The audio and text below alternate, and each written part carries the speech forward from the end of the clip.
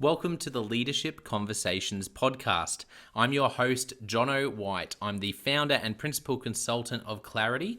We are an Australian-based consultancy that works with leaders around the world, and our passion is to invest in people to become everything they're meant to be in order to fill the world with healthy organizations that people love to work for and customers line up to buy from.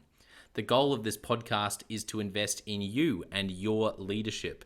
If you're just joining us for the first time, then feel free to check out consultclarity.org. That's our website, consultclarity.org. We have so many free resources on there, the most popular being our 7 Questions on Leadership series. We've had more than 1,500 leaders from around the world in all different sectors give their in-depth answers on leadership, what books they love, what they found most challenging, the most meaningful stories, how they structure their time through the day. That's free, so go and check it out. And we'd love to interview you about your leadership. I believe you have advice from your experience, your context, and your life so far that is important and can help other leaders. It's also a great way to give back. It's free to get involved, and you can do so by going to consultclarity.org/7-questions-interest, or just Google consultclarity.org 7 questions interest and fill out the form that pops up. We have a free resource for you on our website. It's called Leadership Survival Guide. It's a 57-page ebook. It has interviews with 10 world-class leaders, and you can go to consultclarity.org. It's right at the top, and get that today. We also have a daily email that we send out to over 15,000 leaders, and that email contains the highlights, our best content from our podcasts, our blog, my book, the books that we're loving that are out there about leadership. It's also the best way to get access to our masterclasses and workshops before anyone else. And there's also exclusive and limited special options just for subscribers. And you can subscribe by going to consultclarity.org/subscribe. Now, my gift to you is to work incredibly hard to provide the best leadership content I can to invest in you and your leadership. So if you're finding our content helpful, if you find this podcast helpful, then your gift to me could be this. If you do find it helpful, then write a review or rate our content and make sure you subscribe or follow. I can't emphasize enough how helpful that is. It really does help us to get the word out there so we can invest in more leaders to become everything they're meant to be. It also means a lot to me personally when people like you and people in our community share our content on social media. So if you do that, then please do look for me, Jono White, to tag me, and look to tag Clarity on whatever platform you're on. And our team, including me, I'm always looking to see when people have mentioned us so that I can engage with you.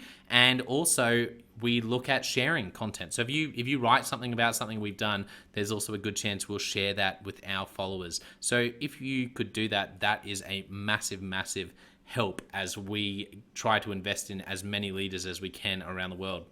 Last of all, you can check out my book about how to deal with difficult people even if you hate conflict. It's called Step Up or Step Out. It's available on Amazon.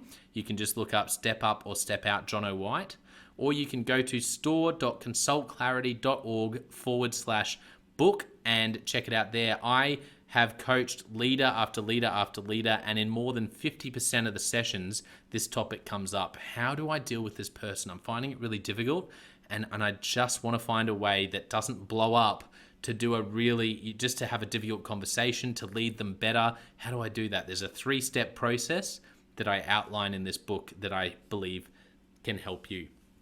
Okay, let's get into today's episode of the Leadership Conversations podcast. Enjoy.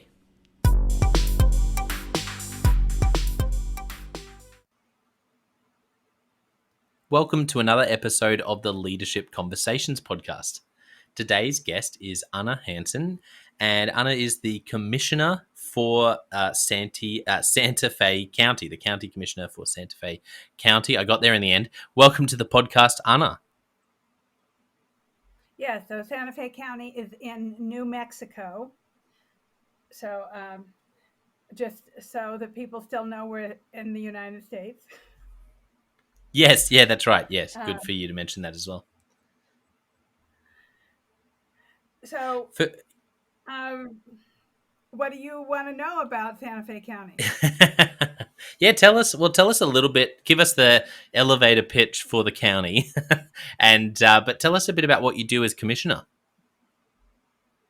So, county commissions oversee, of course, infrastructure, but we also have a unique ability to deal with our federal delegation, the Bureau of Land Management. Um, we have in New Mexico near Santa Fe County, Los Alamos National Laboratories. So there is a lot of interaction there. We're able to deal with the state government a lot. We interact with them on rules.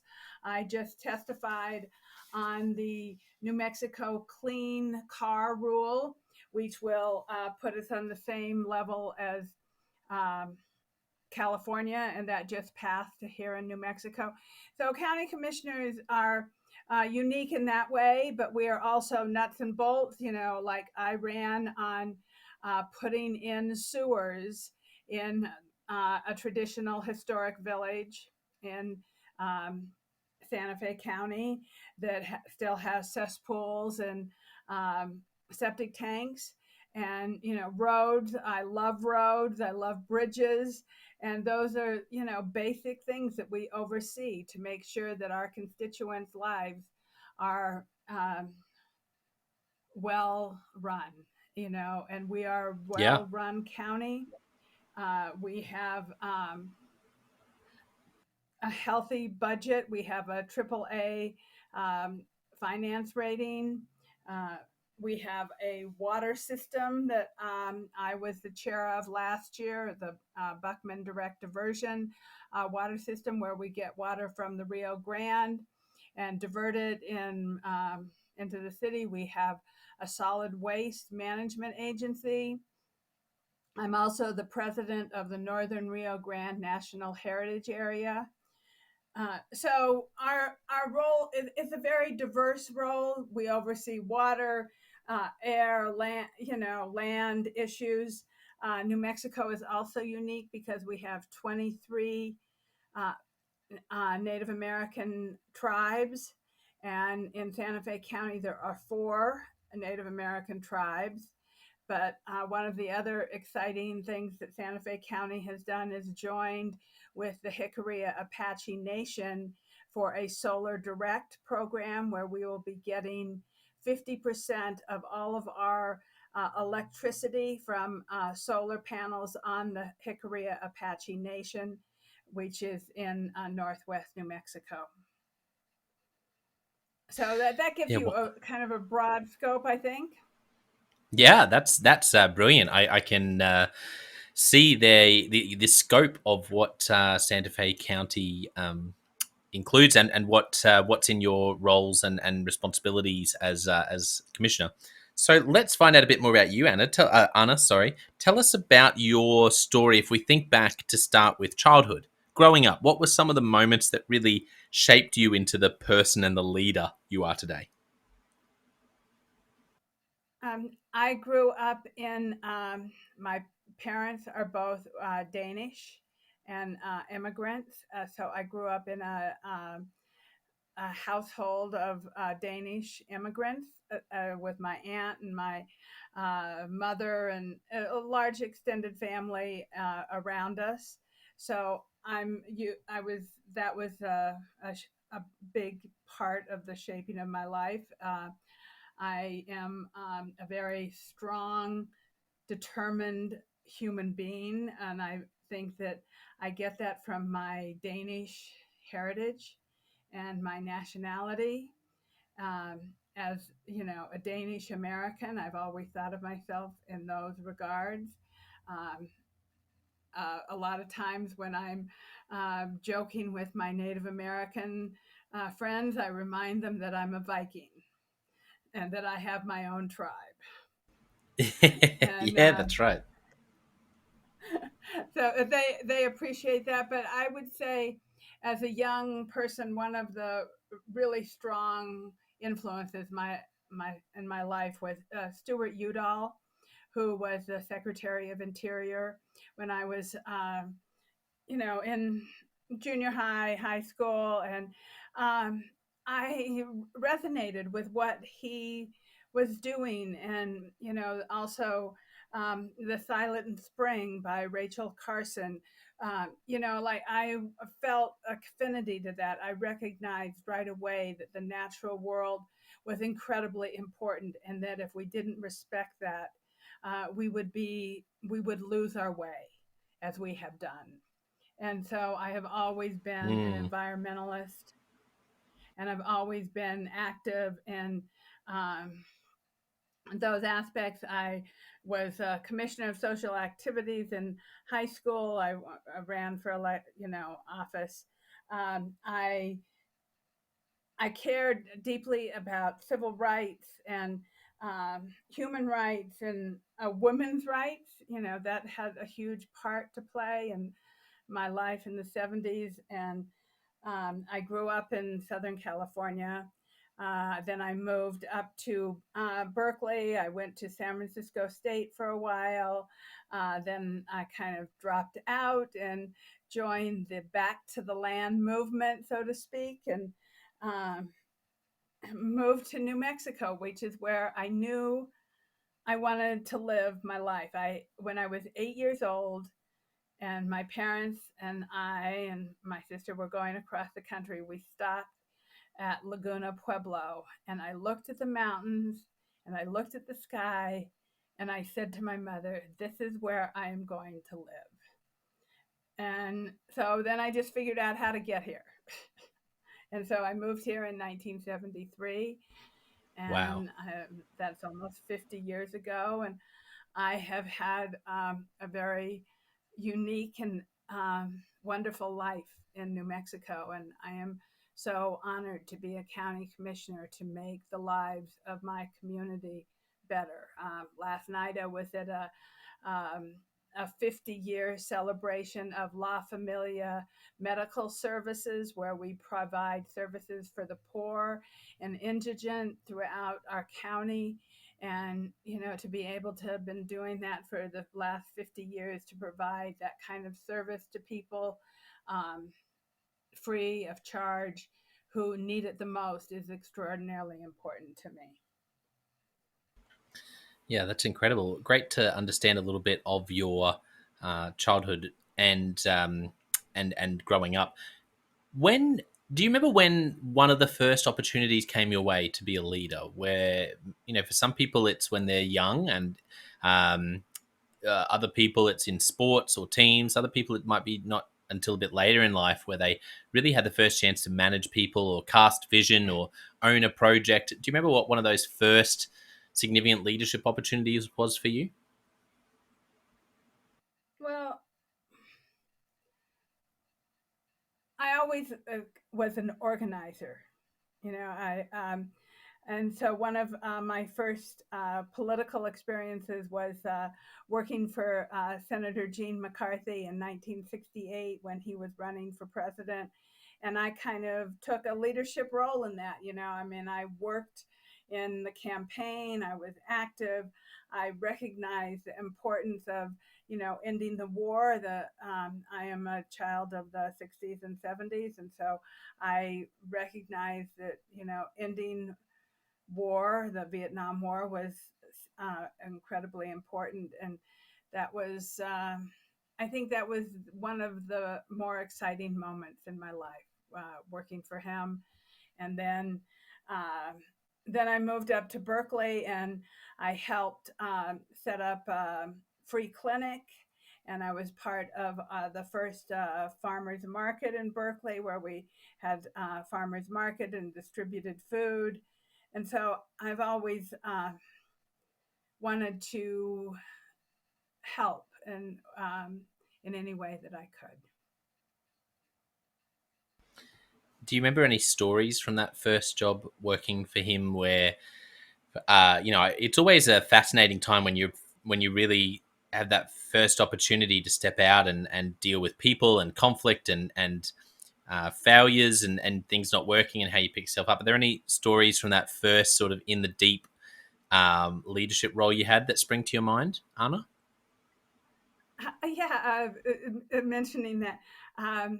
So I was working for Senator Gene McCarthy, and I was on a plane, and I was going somewhere to some meeting, and um, Jerry Brown was on the plane, and we became at that point we got to know each other, and like he was also working for Gene McCarthy, and so I can't remember if this plane was taking a bunch of us to some place to a meeting or what. That's quite a number of years ago, but anyhow we connected and we worked together on a number of projects, and during the campaign I, of course, lost touch with him after that, but he went on to be governor of California.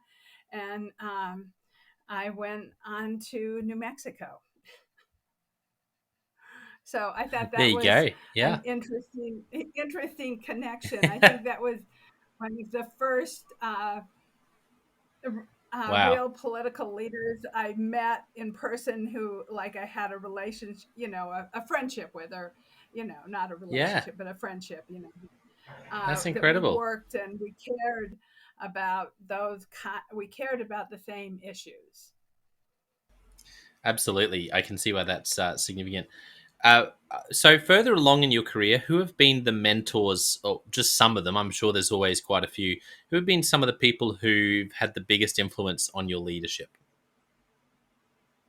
So as I began early on, and I mentioned Stuart Udall.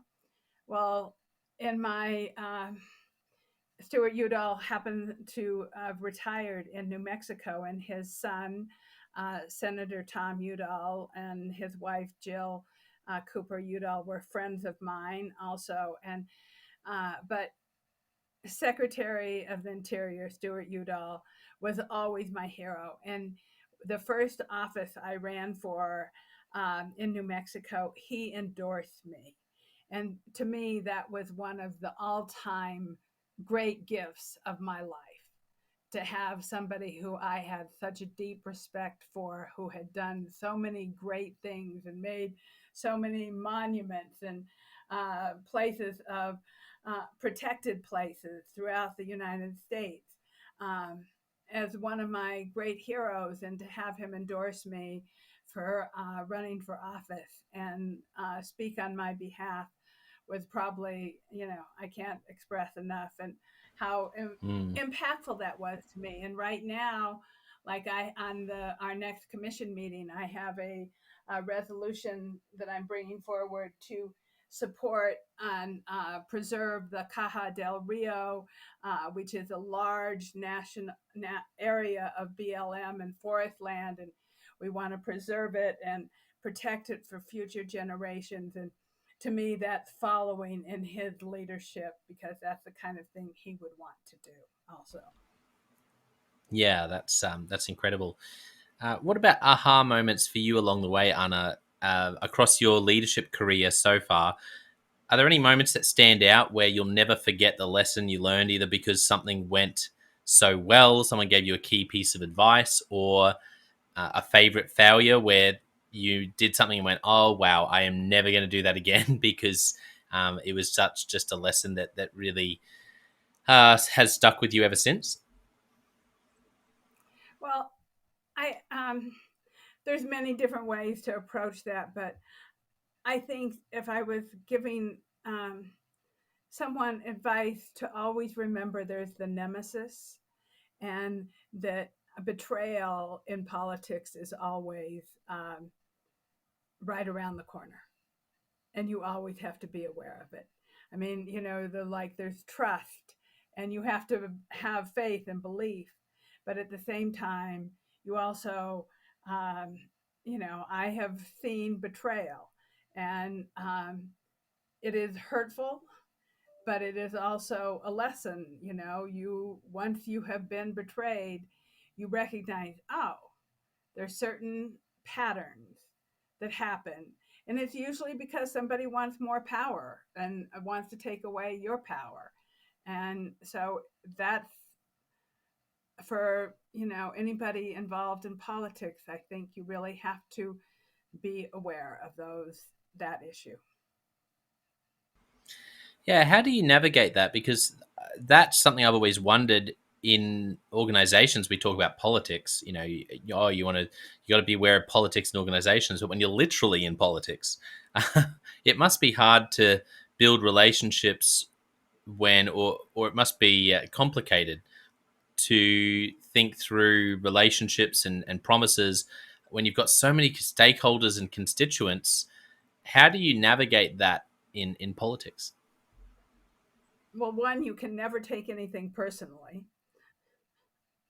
So as long as you've kind of eliminated that, the other thing that I feel like has given me a great gift in my life is that I am a Buddhist, and I realized that this is just phenomena, and so when these kind of unexpected things happen, whether it's good or bad, you have to remember the equanimity of it, and that you have to stay present and stay aware of the goal that you're really aiming for, because it's not about you. It's not about what I want. It's about what's the betterment for our community, our country, what's the betterment for the people and the land and the water, and protecting that. And so when you run up against the nemesis, you have to know that you have to just be aware of it and find your way around, and for sure not ever take it personally. Yeah, yeah, absolutely. No, that's great advice. Well, I want to ask you some Leadership Express questions. Are you ready? Somewhat. Leadership Go Express. ahead. These are some questions. I've got Okay. a handful of them for you.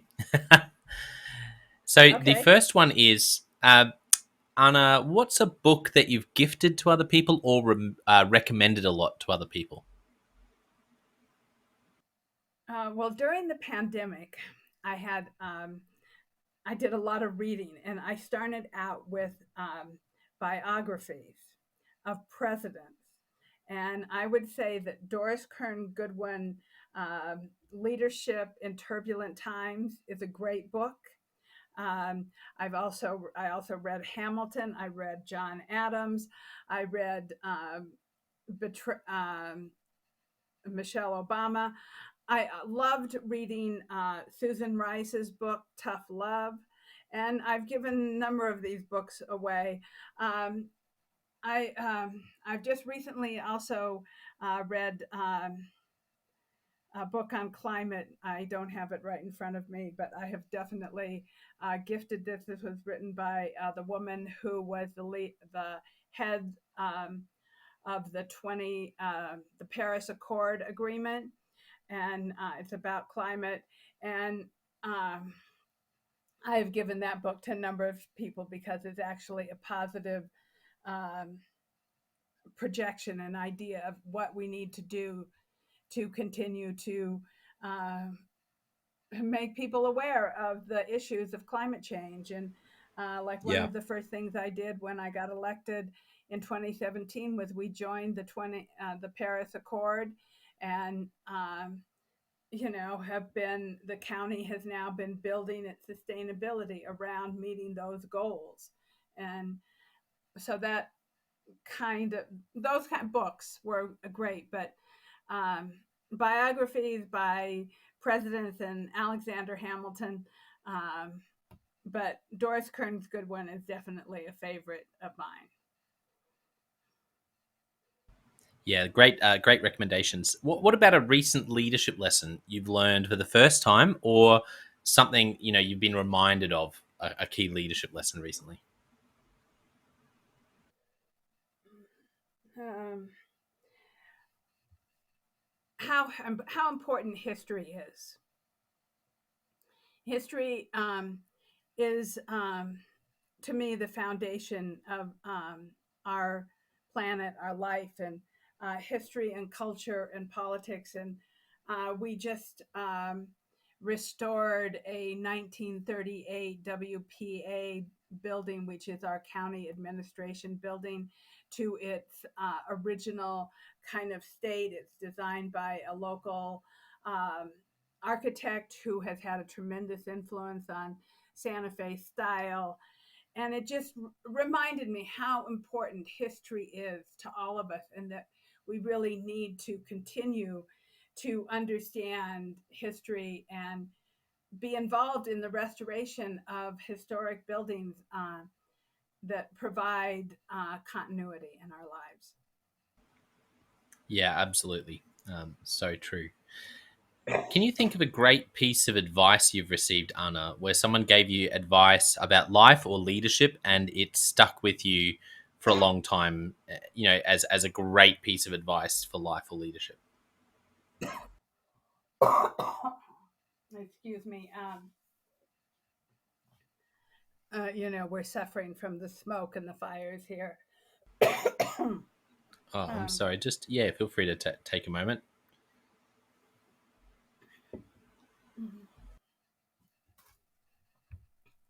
a piece of advice.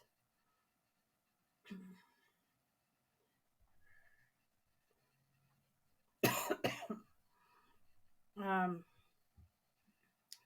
know who your friends are.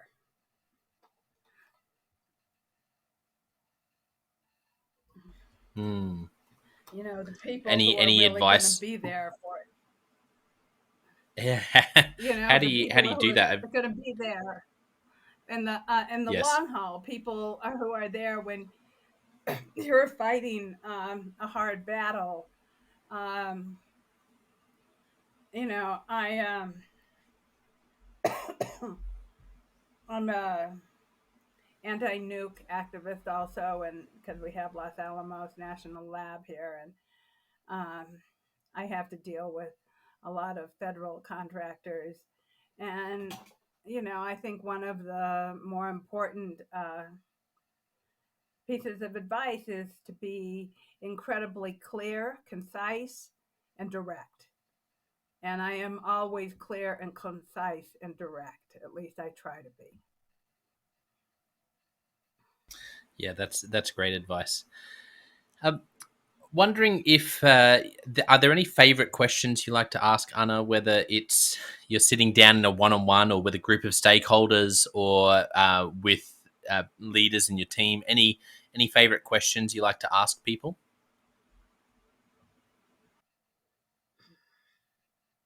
Will you work as hard as me? I am known as a really hard worker. I get a lot of things done, and I want everyone to work as hard as me. Do you find, I mean, anecdotally, one of my favorite leadership authors, Patrick Lencioni, in his book The Ideal Team Player, talks about hunger and work ethic as, in his opinion, in based on the different traits he talks about in that book, the most difficult to grow for someone who hasn't had it instilled from a young age. Have you seen that to be true, or have you seen people who struggled with work ethic actually be able to turn that around?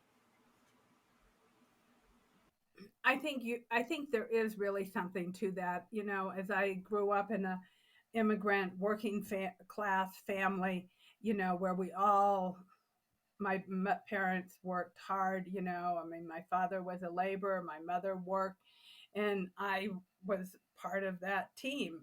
And I don't know. I think it's possible. We have this wonderful organization here called Youth Works, and a lot of these young kids who really might not have had that experience are being trained to figure out how to create a business, how to work. And I think that when you're been underprivileged and you don't have those skills, you can learn them, but there has to be motivation. You have to want to learn. You have to want to find that information that's going to make your life more fulfilling. Yeah, I agree. I think it is something that can be learned, but I think it's challenging, like you've explained there. Uh, what about favorite any movies or TV shows that for you, either as just for fun to switch off, or things that really influenced you as a leader And as a person, anything come to mind? Well, I watch Rachel Maddow. So I don't know if that's um, favorite TV shows. Uh, I like Sunday Morning on CBS. I don't know if yeah, this is aren't you in Australia? So I don't think you really have um, That's all right. No, those. we've got people all around the world. So I love tell us anything you watch, and if it is or isn't available where we are, that's fine. I love hearing local recommendations. So yeah, go for it. I really like listening to my local radio station, KSFR. That is basically my favorite because it is local. It is public radio. It has news that's happening here and of course nationally. But we have local programs uh, about uh, the issues. There's a one program that I love called Living on the Edge with Zuby Wilson. I'm on his show every once in a while, and he talks about the things that are affecting us here in New Mexico, and um, that's one of my favorite shows that I listen to on the radio. Um, and then we have a garden show that I listen to also. Uh, so I Yeah, would no, think that those are some of my, is that a good answer? that's a great answer. No, thank you. I love hearing different recommendations from people of what they enjoy. So that's perfect. Okay, last question. It's been so lovely getting to know you a bit and getting to ask you some of these questions, Anna. If you could only give one piece of leadership advice to a young leader, what would you say to them? I would tell them to get involved in their community, organize, you know, um, start young, attend, get on a board, get on, a any kind of government board so you can learn how government works. Because one of the things that I see that is the biggest problem for young leaders is not understanding how government actually works. And throughout my career in Santa Fe and as a leader, Governor Richardson appointed me chair of the Acupuncture Board. I'm not an acupuncturist. I was the first public member who was a chair. I've been on the city parks and open space board for the city of Santa Fe. And those boards provide you skills that help you when you are in an elected position, because one of the things that being an elected official is that you do serve on many boards. And so the more you understand the mechanism, how government works, um, the more abilities you have to actually bring about change. Yeah, well said. Great advice, and I love that idea of particularly for young people to just jump in and get involved. That's great, Anna. So, for those who have loved hearing a little bit about Santa Fe and also enjoyed hearing your story, just wondering, is there anywhere people can find you on LinkedIn or Twitter, etc.? And what about the county? Where can people learn more about you and the county online? I have a Facebook page, Anna Hansen, county commissioner.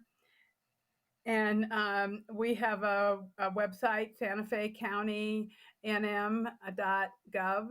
And you can go there and go under the commission page, and you can go to my website and see all the things that I have achieved. I am a policy wonk. I love to write resolutions and uh, change the policy and directions. I also have a policy that I'm working on with one of my fellow commissioners on banning single-use plastic. And I'm working with another commissioner on the monument of Caja del Rio, protecting that land. So I think there's a lot of things you can find out about me on Santa Fe County NM.gov. Anna Hansen, Santa Fe County Commissioner. Wonderful. Well, So good to get to know you a little bit. Like I said, Anna, I want to thank our listeners for tuning in, and I hope you've enjoyed hearing a bit of Anna's story. I know that I have. Don't forget, I also have the John O'White Leadership Podcast and Leadership Question of the Day podcast that you can go and check out to grow in your leadership. But I want to finish today, Anna, by saying a massive thank you to you for being so generous with your time and sharing some of your story with us. It's been a real joy. Thanks for coming on the podcast. And thank you, Jano, so much for having me. I really appreciate it. I think it's really important for people to hear from women leaders, and I appreciate the opportunity so much. Thank you.